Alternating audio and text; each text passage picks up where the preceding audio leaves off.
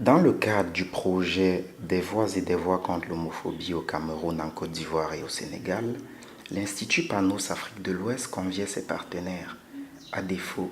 Alternative Côte d'Ivoire, ACI Baoba et le REP-MASSI, à la 58e session de la Commission africaine des droits de l'homme et des peuples, en République islamique de Gambie, dont Banjul est la capitale. Notre participation à cet événement était en deux volets. D'abord le forum des ONG du 3 au 5 avril, ensuite la session même de la commission pour nous, les 6 et les 7 avril 2016. Le forum des ONG, un vaste espace de dialogue et d'échange, a vu la participation d'une centaine d'ONG des quatre coins du continent.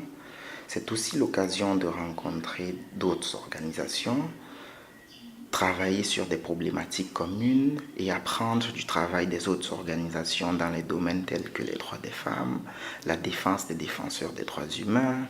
les industries extractives et les droits de l'homme, la liberté d'expression, d'information,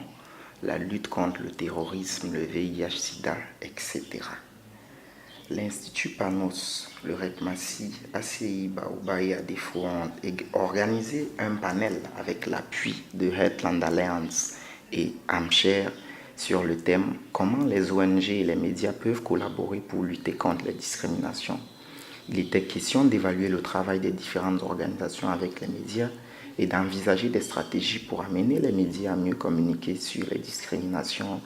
liées à l'orientation sexuelle et l'identité de genre dans les différents pays.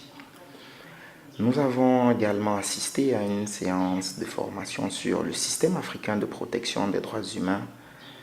et un compte rendu d'une réunion de haut niveau portant sur la résolution 275 organisée par le gouvernement sud-africain à Johannesburg en mars. Le compte rendu ainsi que la formation étaient assurés par Heartland Alliance et Amshare.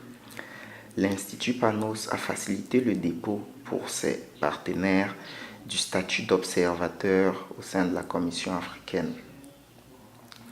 Pendant la session de la Commission qui a commencé le 6 avril, c'était l'occasion pour les officiels,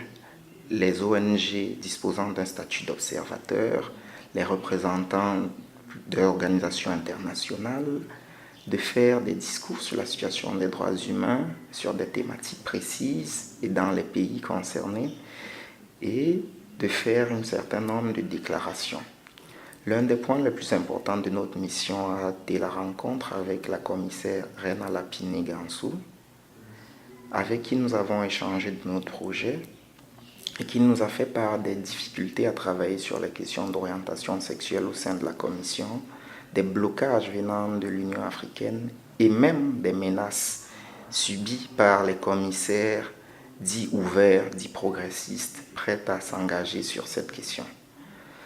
Nous avons également tenu un comité de pilotage du projet Des voix et des voix contre l'homophobie, pendant lequel nous avons débriefé notre participation. Nous avons évoqué les activités du projet déjà menées et celles à venir, notamment l'atelier régional d'Abidjan qui devrait réunir une quarantaine d'organisations et de journalistes pour échanger sur les questions liées au traitement de l'information sur les discriminations et les meilleurs moyens d'engager les médias à une information plus juste. Nous avons assisté pour finir le 7 avril à un événement historique pour la plupart des fins observateurs de la commission. Il s'agissait de la présentation du rapport Mettre fin à la violence et aux violations des droits de l'homme fondées sur l'orientation sexuelle et l'identité de genre, un dialogue conjoint entre la Commission africaine des droits de l'homme et des peuples, la Commission interaméricaine des droits de l'homme et les Nations unies.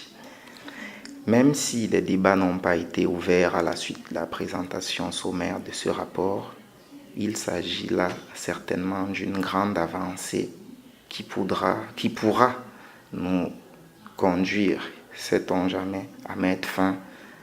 à la violence et autres discriminations subies par les personnes sur la base de leur orientation sexuelle sur le continent africain.